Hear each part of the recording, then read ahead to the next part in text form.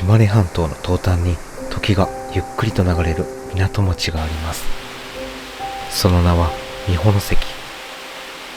今回はその魅力を巡ります。すごいね、めちゃめちゃ豪華。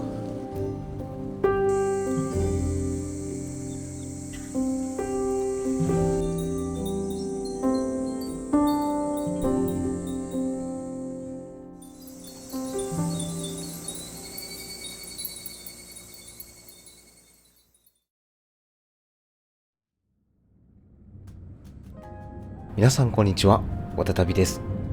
今回はレトロな温泉地にある老舗旅館に宿泊します。明治38年創業という歴史ある宿なので、すごく楽しみです。場所は島根県出雲地方に位置する松江市。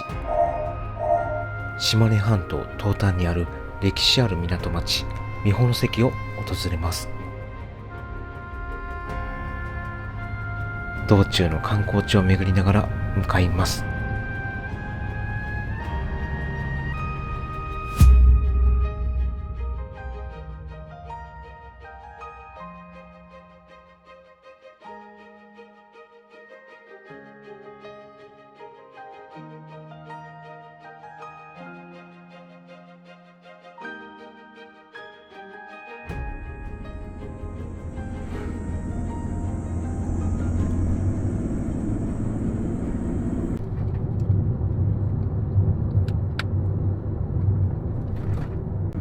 あともうちょっとで到着します。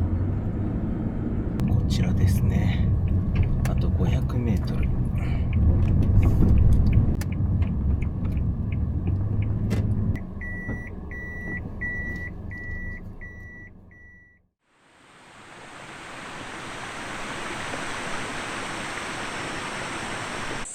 到着しました。こちらはですね、龍頭ヶ滝という滝で、何年前でしょう、もう3年4年ぐらい前に一度訪れたことがあるんですけど、島根県では一番記憶に残っている場所なんで、また来てみました。裏見滝とも呼ばれてて、滝の裏側にも行くことができます。でこちら駐車場なんですけど、何十台かはね止めれるほどの広い駐車場となってます。幸運なんです、運なんです面白いキャッチフレーズですね。はい。でこちら日本の滝100選にも選ばれています。でこちらには車椅子専用の駐車場が2台あるんですけど、車椅子で行けるんでしょうか。無人市場、何も置いてないですね。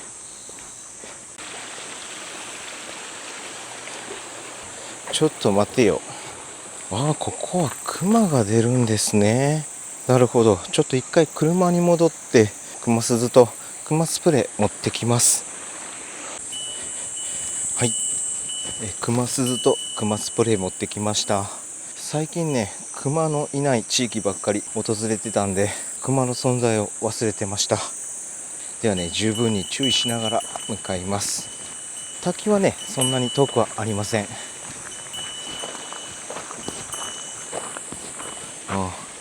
蜂も出るんですね。いろいろと気をつけないといけません。い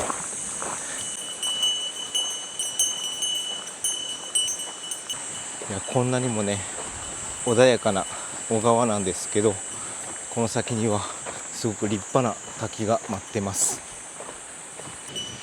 いやー、ちょっと歩いただけで汗が噴き出してきます。暑い。ここにはですね休憩所があって、でこのまままっすぐ行くと目滝があります。こちら右に行くと小滝があります。休憩所も覗いていっときます。こちらにはですね龍頭ヶ滝の名前の由来とか、あと名馬池月伝説とか大蛇退治伝説っていうのがあるそうです。天然記念物のオオサンショウウオが生息しているそうです。運が良かったら会えるかもしれませんね。まず最初にねこの目滝から見に行きたいと思います。こんな感じでね、舗装された遊歩道になってます。こちらが目滝です。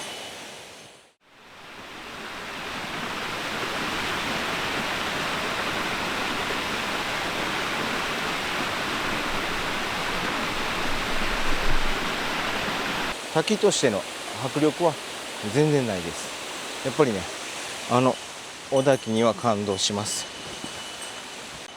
あ、通行止めですね。一応こちらが迂回路になるようです。ああ、確かにもう階段が朽ち果ててますね。なかなか復旧しなさそうな雰囲気です。はい、でも迂回路があるんでよかったです。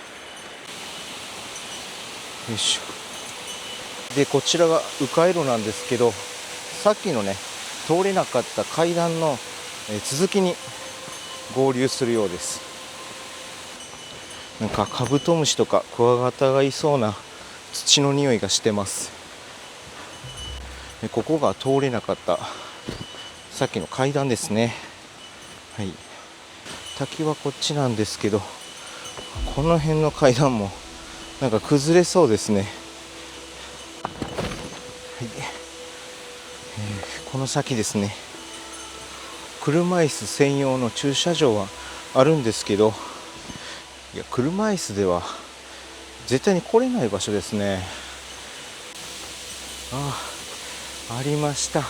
うわー、すごい久しぶりに来たんですけど、やっぱりこの滝はすごかったです。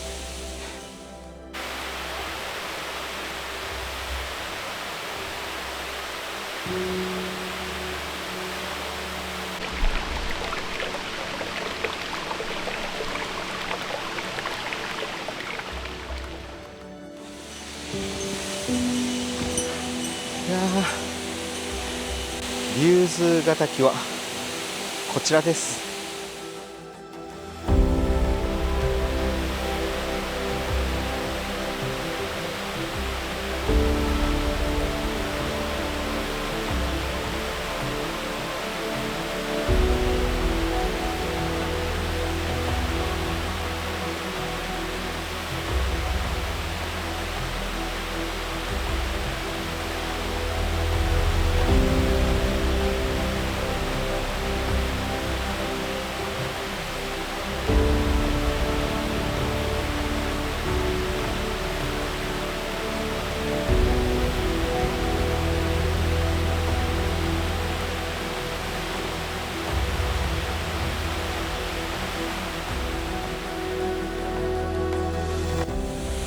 いやー、やっぱりすごいですね。前に来た時と同じ感動があります。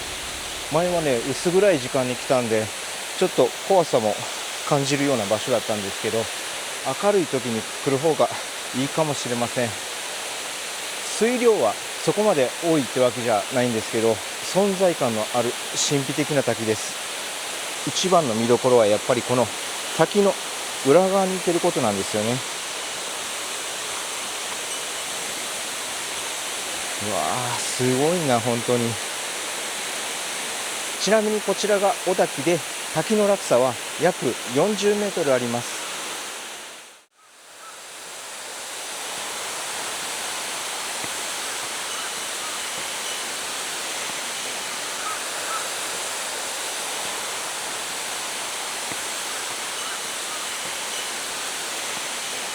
よし、飛び込み禁止。飛び込む人がいてるんですね。はい。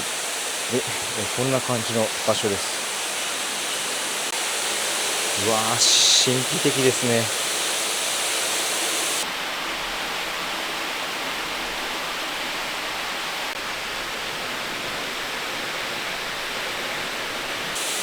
滝の裏側はこんな感じです。水しぶきがすごい。滝壺は結構深さがありそうですね。天然のミストですごく涼しいです。で、こっちにもですね、何かあるんで行ってみます。なんか久しぶりに来たんでね、どういうところか全然覚えてなかったんですけど、いいところですね。おお、すごい。こんな感じの場所です。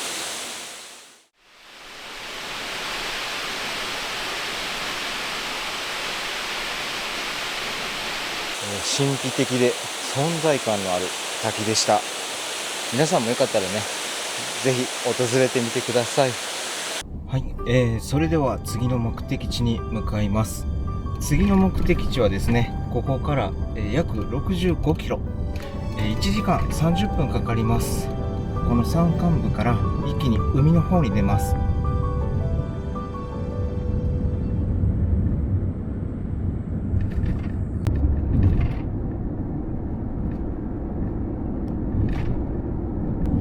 宍道湖までやってきました。このまま海の方に向かいます。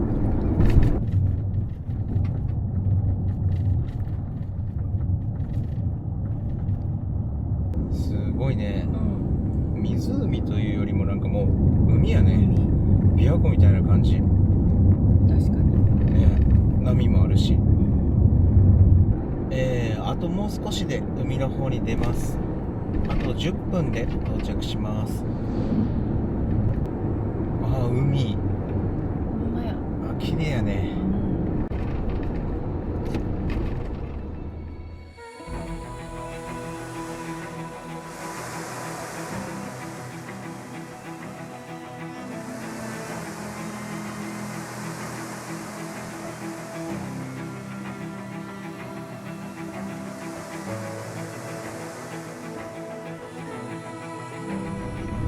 すごいね。もうすごい。沖縄みたいだね。うわ、すごい。めちゃくちゃ綺麗。あ、これか。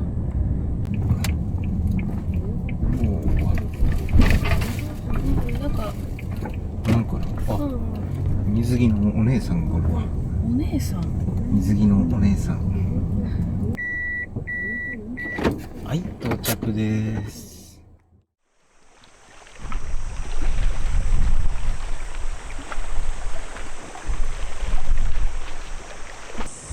この目の前に見えている島がですね、桂島です。加賀港のすぐ沖にある周囲約 1km の小さな島で、このね、橋を渡って歩いていくことができます。以前ですね、環境省の、撮影のお仕事で訪れたことがあります。あくまで仕事だったんで、ゆっくり見て回る時間はありませんでした。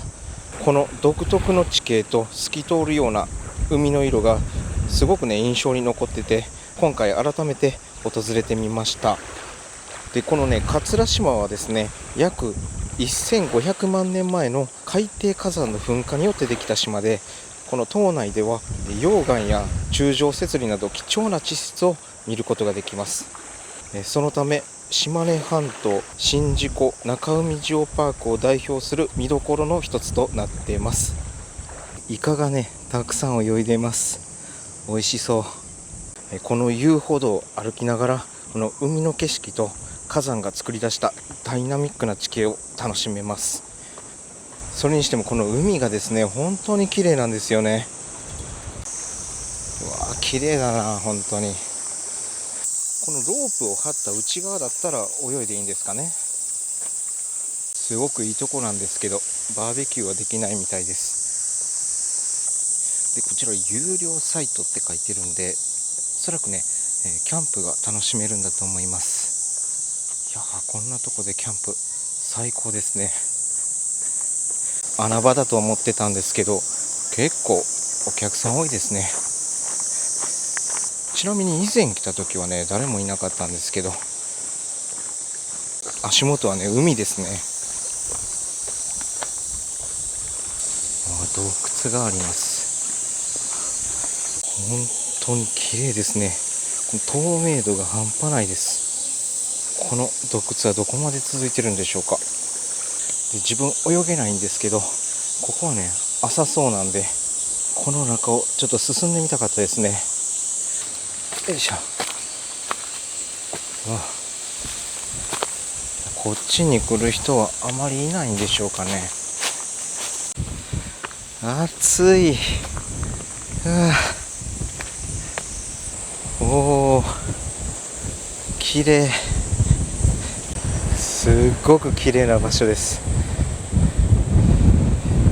今現在地はここなんですけど、やっぱりさっきの場所はキャンプ場ですね。こちらがね、全面通行止めでした。なのでとりあえずこの放射状節理っていう場所まで行ってみたいと思います。この先をこう歩いていくっていうような感じなんですけど、道がね荒れてなかったらいいんですけどね、なかなか生い茂ってますね。やっぱりこっちまで来る人いないんでしょうか。ちなみにね、こちらは熊の心配はありません。ここで終わりですね。向こうにね遊歩道は続いてるんですけど、現在全面通行止めになってて行くことはできませんでした。なので柱状節理とか見れないんですね。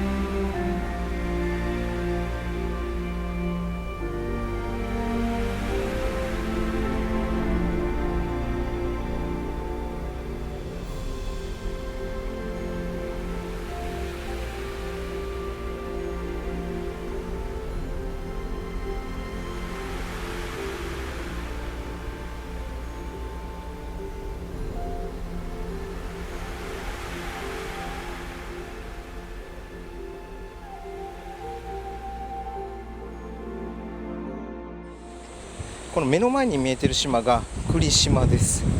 泳いで全然渡れますね。こんな感じの場所で、とにかくねもう海が綺麗。それではね今回、宿泊する宿の方に向かいたいと思います。それでは向かいます。ここから三保関までは40分で到着します。すごくない？色がすごいね。海の色すごいよね。うわー綺麗。浅いとこと深いとこで全然色味がちゃうね。でこの屋根のね色もいいよね。ベンガラの街並みも海とマッチしてる。お腹空いたんでこちらのお店でお昼いただきます。よし。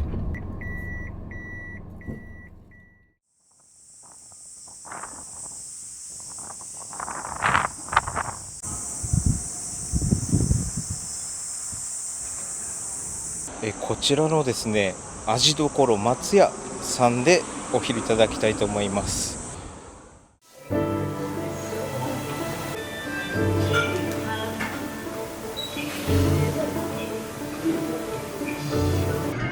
ニューはこんな感じですね。わあ美味しそう。これいいですね。これします。酢なしにも変更できるようです。季節関係なくカニ食べれるんやね。でも結構安い、ね。境港名物白イカ尽くし、うまそう。いやーめちゃくちゃ豪華。カニをはじめエビに、そしてうなぎも入ってます。いただきます。あら汁うまっ。めっちゃうまい。カニこれ1匹分入ってる。あ、そうなの。すごっ。うまい。カニのほぐした身も入ってる。たくさん。っていうかご飯にたどり着かんねんけど。ご飯が見当たれへんね。ホタテも入ってる。で、こちら貝すっごい。まっ。ごちそうさまでした。はい、海鮮丼食べてきました。めっちゃ美味しかったです。2400円なんでね、ちょっと高いかなと思ったんですけど、あんだけ量が入ってたら安いですね。米はねほとんど入ってませんでした。ほとんどね、もうお刺身とカニですね。カニが1匹分入ってて、あとイカにホタテにカツオにネギトロにエビ、そしてしめ鯖、ブリのような切り身も入ってました。今まで食べた、海鮮丼の中で種類もボリュームもね、一番多いのかなと思いました。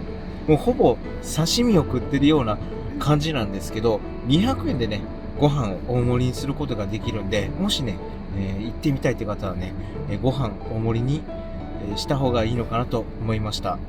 自分はご飯大盛りにすると多分食べきれないのかなと思います。はい、それでは出発します。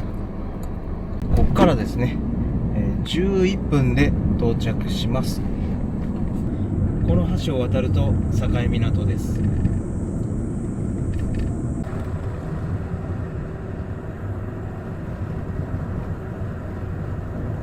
この辺りですね。これか。よし。よっ。よいしょ。よいしょ。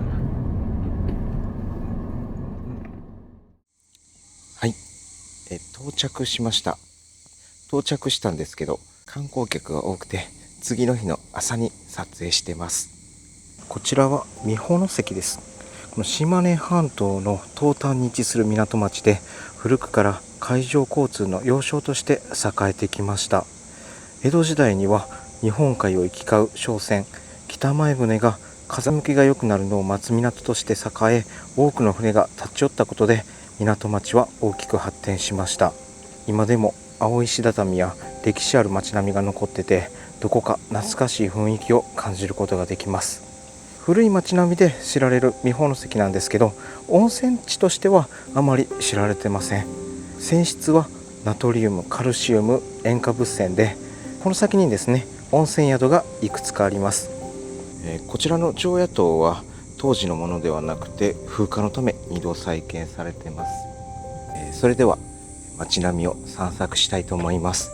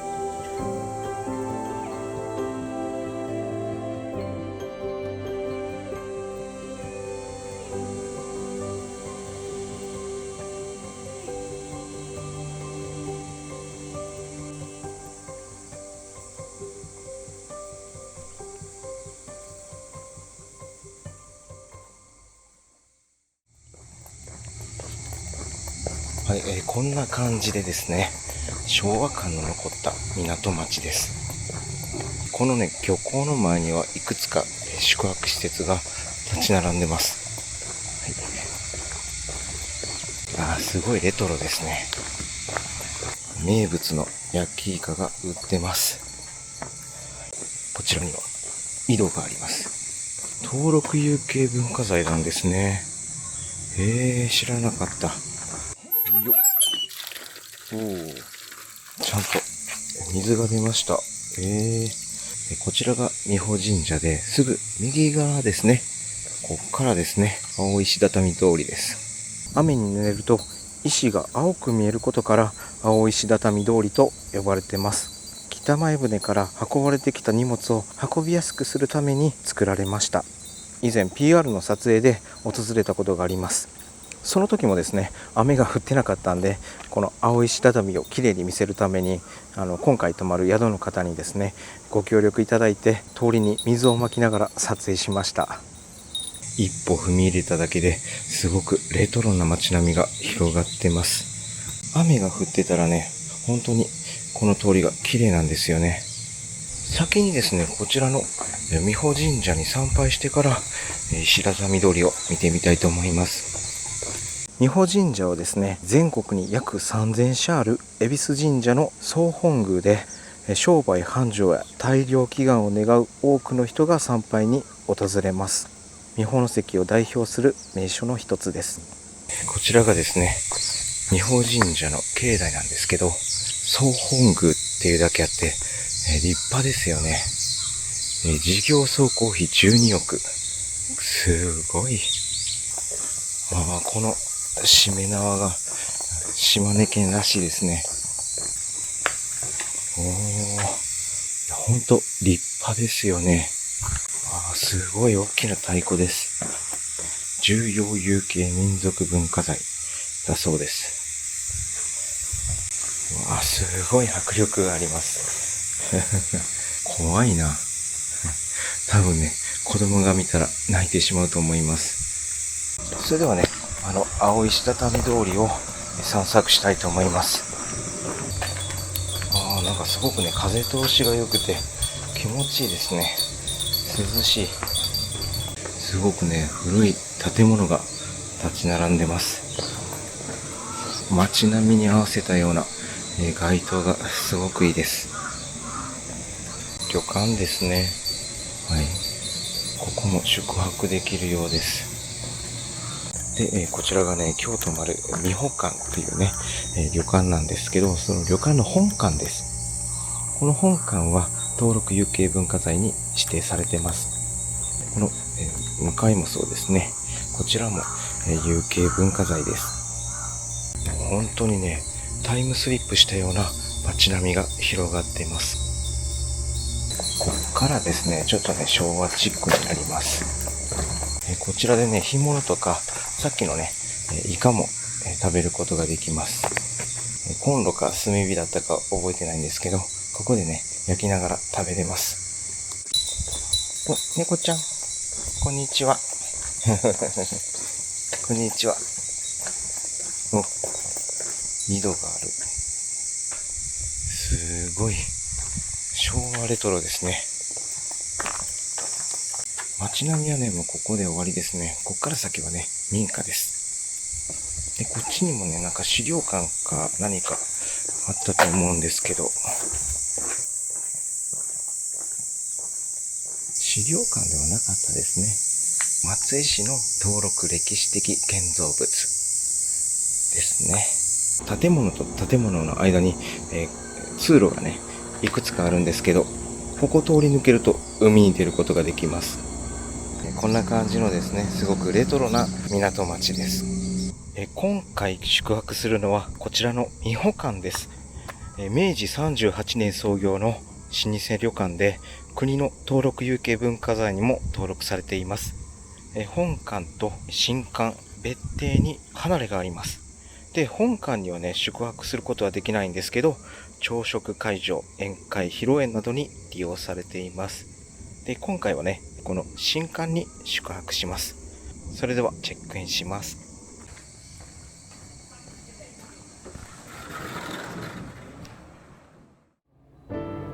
入り口入って正面がフロントです。どこか懐かしいような感じの昭和感が残る館内です。フロントの前にはですね、浴衣が用意してあるんですけど、こちらが子供用の浴衣で、こちらが男性用の浴衣です。で、こちらが女性用の浴衣なんですけど、結構種類がありますね。はい。で、今回泊まるお部屋は5階なんで、エレベーターを利用して上に上がります。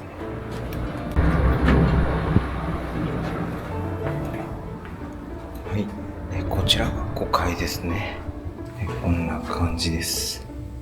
今回宿泊するのはこちらの503号室です。それではね、早速お部屋見てみたいと思います。こちら玄関ですね。玄関入ってすぐこんな感じのスペースとなっています。で、こちらは新館なんですけど、いつ建てられたんでしょうね。昭和が残っているっていう感じの空間です。この扉もですね、なんか昭和感があります。こちらはおそらくトイレですね。トイレって書いてます。はい。お風呂もありますね。こんな感じのユニットバスなんですけど、すごく明るいですね。こちら温泉あるんで、お風呂は利用しないと思います。で、この扉の向こうがですね、お部屋です。はい、こちらがお部屋です。8畳のお部屋です。で、もう布団はね、敷いてくれてました。すごくね、シンプルなお部屋ですね。はい、こっちから見てみると、こんな感じです。で、こちらにテレビがあって、こちらクローゼットですかね。クローゼットにはバスタオル、そして旅に未保管って書いてあるタオルと、あと歯ブラシが入ってました。で、こちらには空気清浄機と、すごいね、懐かしい電話です。このダイヤル式の電話ですね。未だにこういうの使ってるんですね。こちら山陽メーカーの土壌すくいまんじゅうです。かわいいですね。こんな感じのおまんじゅうです。多分ね、中確か白あんだったと思います。で、こちらがですね、お茶のセットが入っていました。こんな感じのすごくシンプルなお部屋なんですけど、この障子の向こうはですね、披露宴になっています。よいしょ。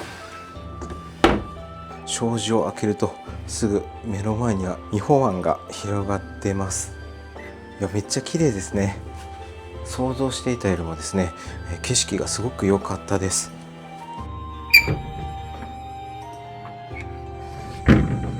これ以上開かないようになってますね。なるほど。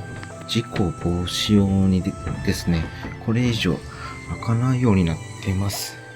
こちらもですね、養生テープがしてあって、レールにはね、木を挟んでます。こちらも完全に開けれないです。で、こちらはね、15センチぐらいしかね、開けれません。で、外の景色はこんな感じですね。本当に綺麗な場所ですよね。こちらには椅子が2つあって、そしてこちらに化粧台と冷蔵庫があります。冷蔵庫は、はい、何も入ってないですね。はい。で、こちらに、お水2本用意してくれてます。なんか音楽流れてますね。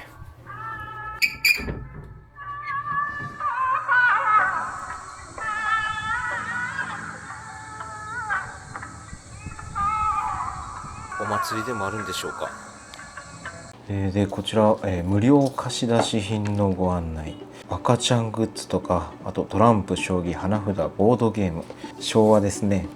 今あんまりこういうボードゲームとか花札とか貸し出ししてるとこあまりないと思います。釣り具の貸し出しもあるようです。玄関前の海でお楽しみくださいと。今日はね、外が暑すぎて釣りはちょっとねやってられないんですけど、この周辺の観光案内図とか本館のね説明などが書いてます。あと美保神社はですね、朝の8時半と、夕方の15時30分に毎日神様へのお勤めがあるそうです。すごく見づらいんですけど、まず入って正面にフロント、2階は厨房ですね。厨房と、客室ですね。で3階は宴会場に客室、4階5階6階は全て客室になります。7階がですね、展望大浴場ですね。屋上が貸切風呂ですね。天空の湯という貸切風呂が2つあります。でこちらね、5時に予約してるんで利用したいと思います。でこちらの本館の方なんですけど、入館料は300円、小学生以下は無料です。宿泊者はですね、夜の20時から21時までの1時間の間、無料で見学することができます。なので、夕食後にですね、こちらの本館を見学してみたいと思います。自分はね、この本館に、行ったことがあるんですけど、複雑な作りで明治の面影も残ってるんですけど、この家具とかがね、すごく大正レトロです。それではね、予約していた貸し切り風呂の時間になったんで、お風呂に入りに行きたいと思います。まずはね、受付の方で、札をいただかないといけないみたいなんで、それをもらいに行きます。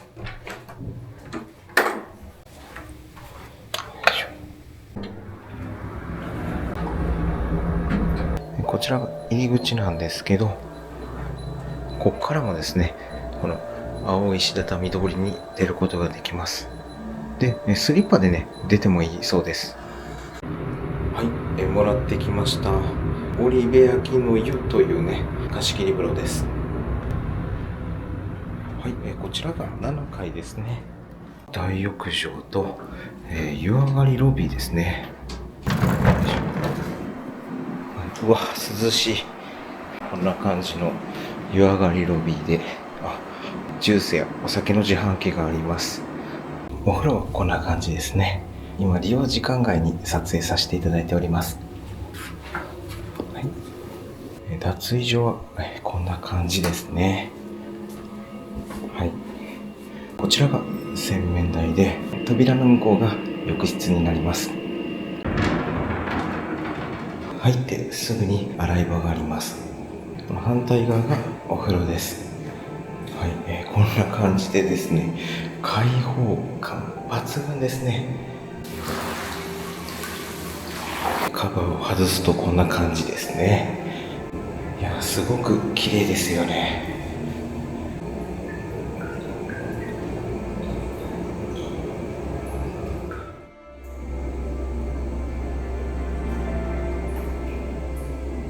こちらが大浴場なんですけど、さらに階段を登っていくとおっしゃってました。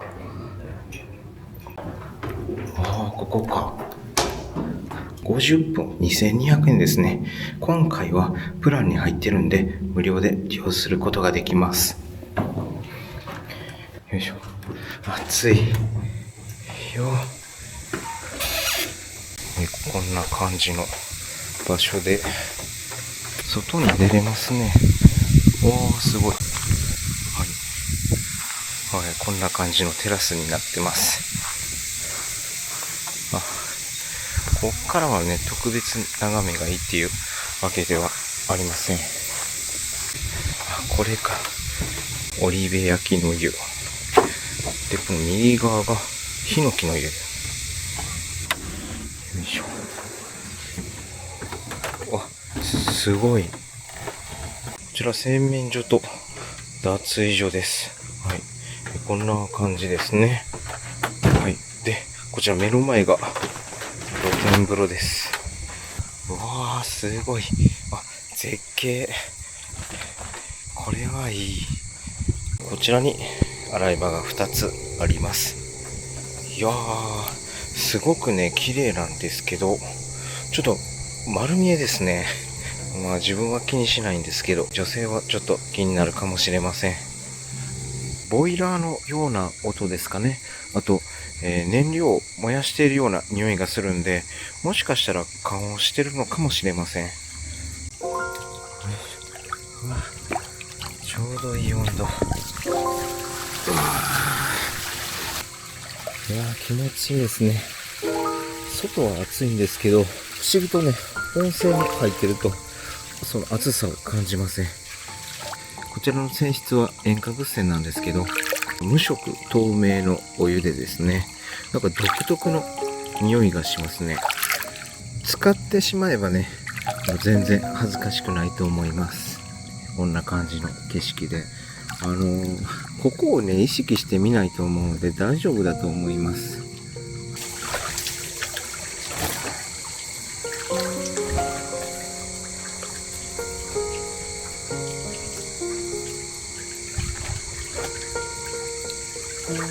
展望露天風呂入浴しました。すっごくね景色はいいんですけど、丸見えなのがちょっと残念ですね。自分は問題ないんですけども、気にする方はあまりおすすめじゃないかもしれません。ただ景色はね本当にいいです。夜に入るのがいいかもしれませんね。夕食はね30分後なんで、あと30分部屋で涼みたいと思います。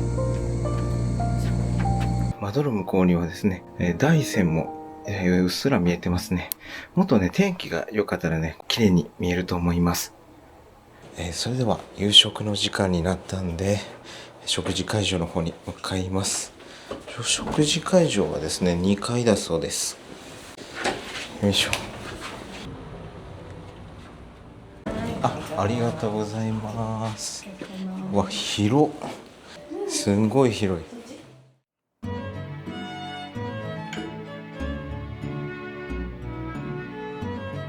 こちらがね夕食なんですけど、めちゃくちゃ豪華です。こちらのプランはチェックアウト前にご紹介します。こちらはローストビーフでしょうか。もずくにうなぎにごま豆腐にエビにタコで、こちらフグですね。はい、荒野煮つけです。大好きです。これちょっとねお品書きがないんで、このお肉とか何かわかんないんですけど、テーブルの真ん中には大きな船盛りがあります。でこちらには牡蠣ですね。あとサザエにスズキ、タイにヒラマサで、こちら豆板焼きですね。おおすごい。何のお肉かわかんないんですけどね。はい、こんな感じでもうテーブルの上が賑やかです。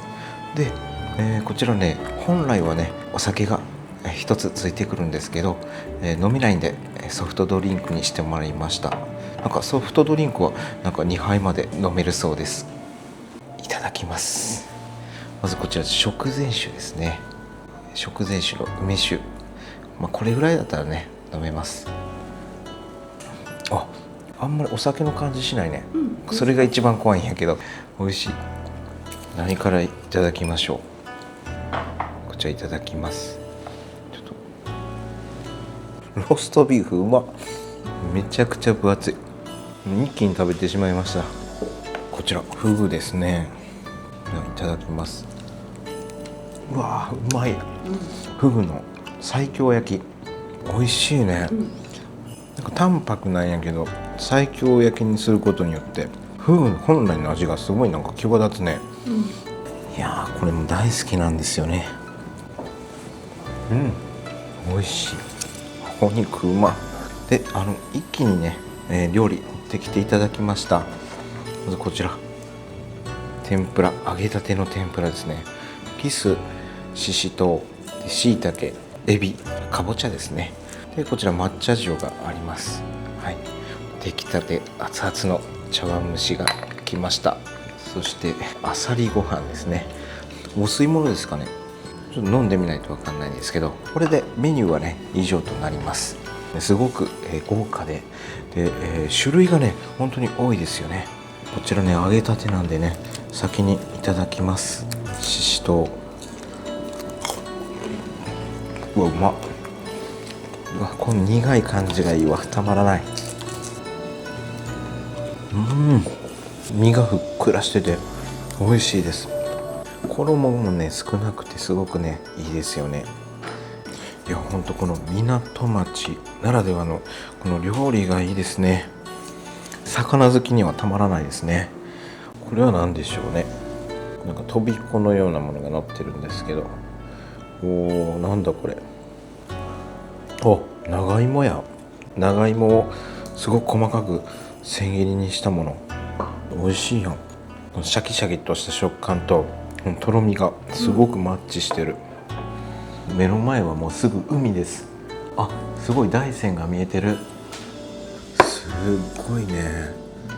めちゃめちゃ豪華。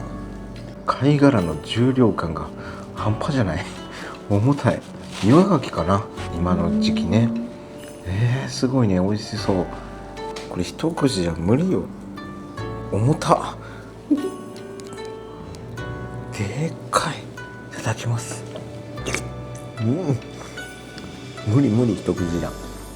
冬の牡蠣と違って、クリーミーさはあまりないね。美味しいけど、すごいな、この絵面が。船盛りのインパクトが半端ない。お昼はね、4時間前に食べたとこやね。1ヶ月ぐらい海鮮物食べんでいいわっていうような気持ちやったけど、食べれるね。サザエすんごいコリコリ、コリコリ。全然磯臭くない。塩もみというか下処理みたいな、多分すごく丁寧にしてはるんやろうな。チャーハン蒸しとか、あと豆板焼きとか一切手つけてなかったです。食べれるかな。お腹いっぱいになってきた。こんなご丁寧に具だくさん。お腹いっぱいなのによっ。おー、あ、うまっ。何これ。お肉はね、固めなんですけど脂が乗ってなくてね、今の自分にはすごく優しいです。最後デザートです。スイカにオレンジですね。甘いね、このスイカ。ごちそうさまでした。ごちそうさまでした。すごく美味しかったです。船盛りとかいろんな料理が出てきて豪華でした。量が多くてですね、もうお腹がいっぱいです。で、外もね、いい感じに日が暮れてきました。8時から本館の見学ができるんで、8時まで少しゆっくりして見学の方に行きたいと思います。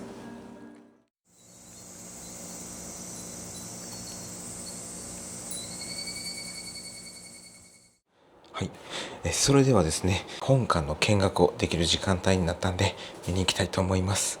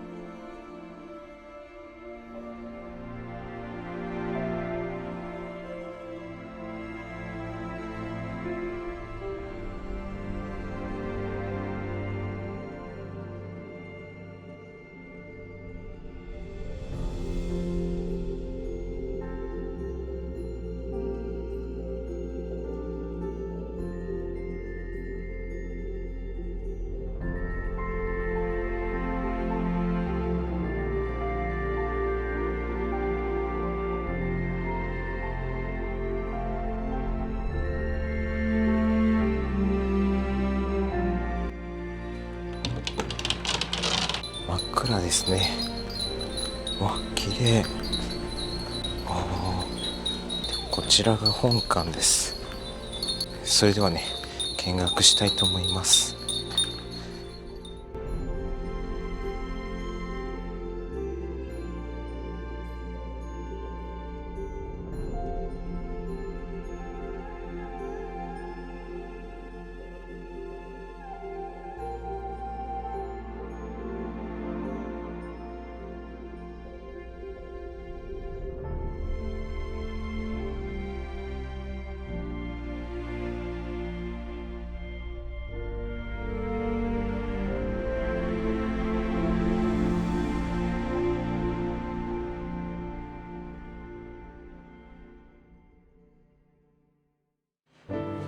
はい、こちらが本館です。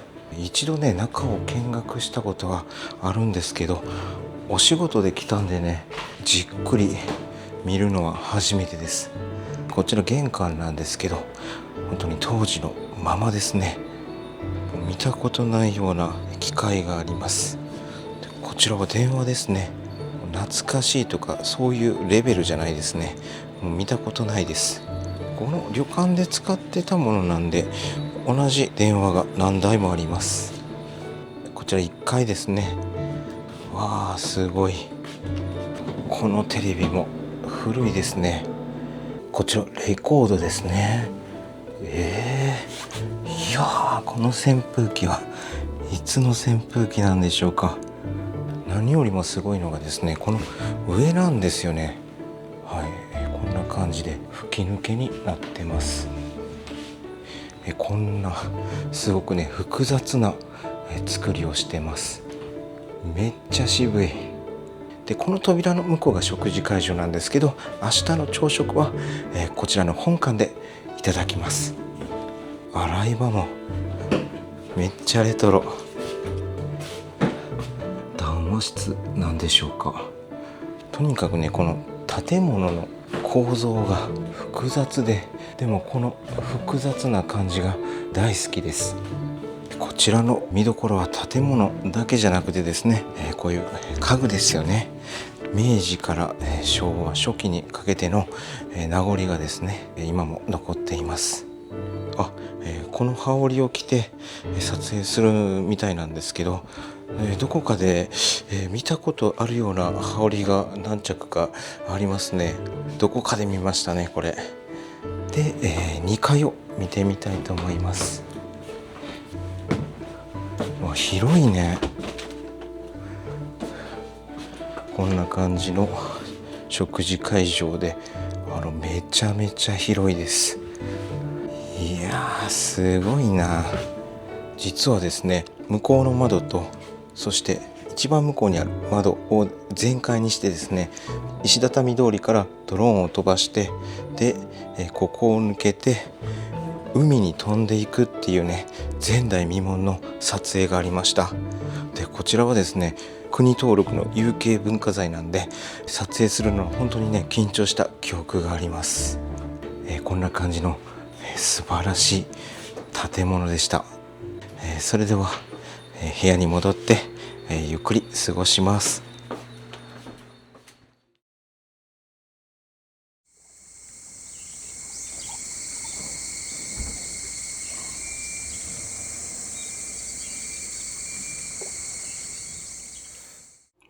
おはようございます。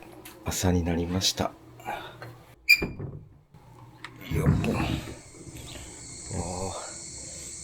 すごくいい天気です。それでは朝食の時間になったんで、本館の方に向かいます。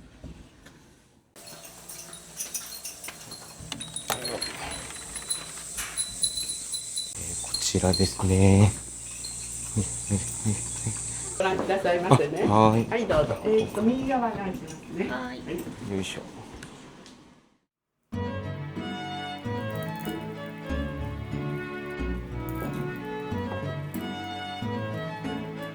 こちらが朝食です。いただきます。しじみ汁なんですけど、すごく大きい器に、これでもかっていうぐらいこの宍道湖産のしじみが入ってます。うわ、うんま。しみるわ。米と味噌汁進む。昨日あんだけさ、お刺身食べて、朝になるとまた食べたくなるね。これはカレーかな。よいしょ。うまい。ごちそうさまでした。ごちそうさまでした。おひつのご飯もね、おかわり3回して全部食べました。それではね、部屋の方に戻ってチェックアウトしたいと思います。朝はこんな感じですね。天井は透けてます。こちら当時の入浴料ですね。12歳以上85円、6歳以上40円、5歳以下10円。それではチェックアウトするんですけど、こちらの宿泊料金のご紹介します。こちらはですね、新館の5階にある503というお部屋になります。お部屋タイプはですね、新館お任せ和室、部屋食または個室と書いてます。こちらの宿泊プランなんですけど、今回はね、妻が誕生日ということで、アニバーサリープランというね、プランにしました。無料で貸し切り風呂がついてて、あと夕食に、ワインとか、あと船盛り、当番焼き付きのプランです。今回も楽天の0と5のつく日の割引キャンペーンを利用して、1泊2食付き大人1名24,200円でした。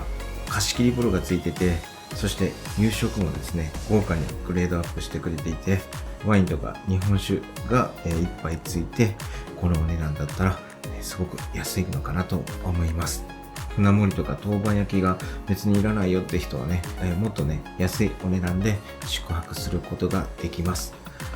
このレトロな温泉地行ってみたいと思った方はね、ぜひチェックしてみてください。はい、それではチェックアウトします。